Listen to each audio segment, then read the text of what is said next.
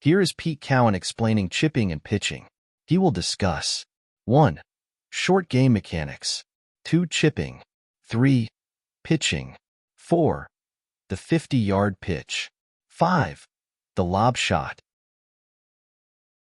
Right, what we're going to do today is make you understand the pure mechanics of the pitching, the chipping, and without these you really won't play your short game too well. So first of all, I'm going to tell you how the wrist works in the actual pitching and chipping action. There's 4 movements in the wrist.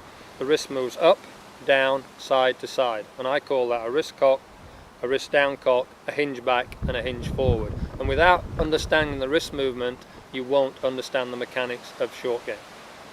Now that we've shown you the wrist movement, what we're going to do is show you what happens to the club. And if you pick the club up, every club in your bag, no matter what, wants to fall to a certain point. It wants to fall to the ground. Obviously gravity has a massive effect on that, but a club wants to fall to the ground all the time. So when you're addressing the ball, there's 2 things that stop the club going to vertical. There's the ground and your hand. And of course, to start with, as you move the club off the ground, all it wants to do is return to the ground. And even when it gets parallel, obviously it's wanting to fall to the ground, but when it gets beyond parallel and above parallel, it also wants to fall behind. Now that is where most of the faults lie in poor pitching and poor chipping. Actually trying to resist the force and not use it. So what we've got to do, as I turn sideways, is understand the movement of the club into position, and then understanding that it's going to fall this way. And most people, unfortunately, when the club starts falling behind them, they react, and you can see people's knees move forward and the hands move forward and the club drop further behind you. You've now got no angle of attack, you've really got no movement to get the club back to the ball other than a real manipulation with the hands. So it's really important that you understand these natural forces, because you won't understand what's wrong with your pitching and your chipping unless you do. Right, we're going to talk about basic chipping. And basic chipping is what I believe is that it actually rolls more than it flies. And for basic chipping you should use a hinge movement and no cocking action in the wrist. As I told you earlier, that's a wrist cock, that's a down cock, that's hinge back and hinge forward. We want a hinge back really, and that's all with the chipping, hinge back and hinge through. So it rolls very simply backwards and forwards. So it's back and through, it hinges backwards and through. Simple rolling action.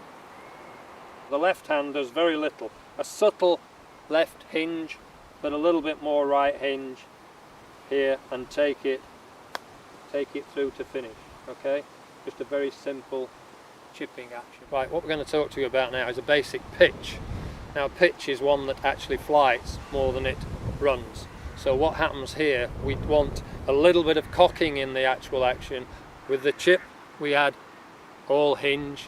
With the pitch it's a combination of cock and the wrist hinge, so a combination. So if you watch very carefully as we go back, that's at a point where there's no real wrist cock, and as we go beyond that first movement, then the wrist cock. Now we're into the pitching mode when the wrist cock. With that natural force wanting to fall, we've got to make sure we don't react to that. We've got to move it into a position where the club will fall down and allow us the momentum force to pick the ball up.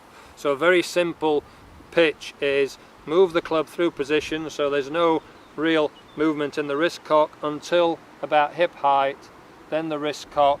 Now as we're coming back, we move the club back into this natural force where it uncocks. So it's a very simple wrist cock, wrist uncock. You know, simple as that really. What I'm going to do now is talk you through a 50-yard pitch. And what I like to do with a 50-yard pitch is have a lot more control of the club. So if I'm hitting a 50-yard pitch, I will probably grip down at least 2 inches on my 56. It's about control, it's about ball flight control. Pitching's all about ball flight control, and that means controlling your speed and your loft. So for me, 50 yards, my 50-yard shot is a basic half a turn, which means half a shoulder turn with my hands about ab high, just above my abs, in between my abs and my chest.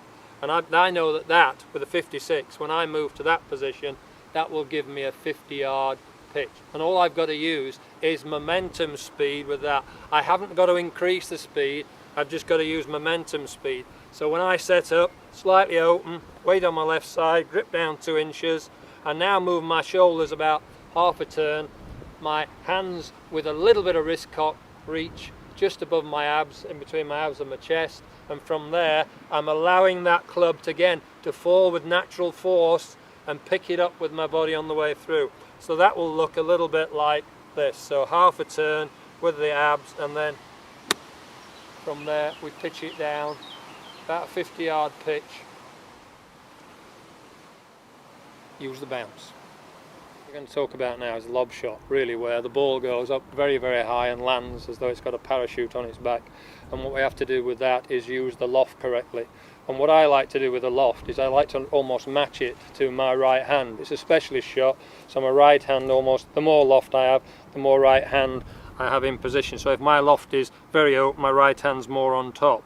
If my loft's down, my right hand's a little bit more round. So I match the bounce and the loft to my right hand. So all the way through I'm trying to keep my right hand in position through impact, which now allows the left hand to, what we call, unhinge a little bit through the impact. Not a lot, I don't want to flick, I want the left hand to unhinge a little bit, which allows the club with momentum to go under the ball. So we get the right hand on top and it comes down really softly.